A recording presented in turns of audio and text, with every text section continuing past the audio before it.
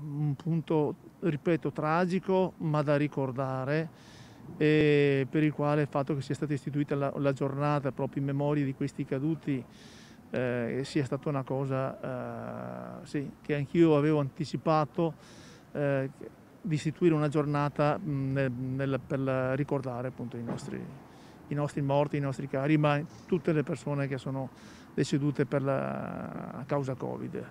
Anche il sindaco di Vo, Giuliano Martini, ha voluto celebrare in forma sobria e ristretta la memoria delle vittime del Covid-19.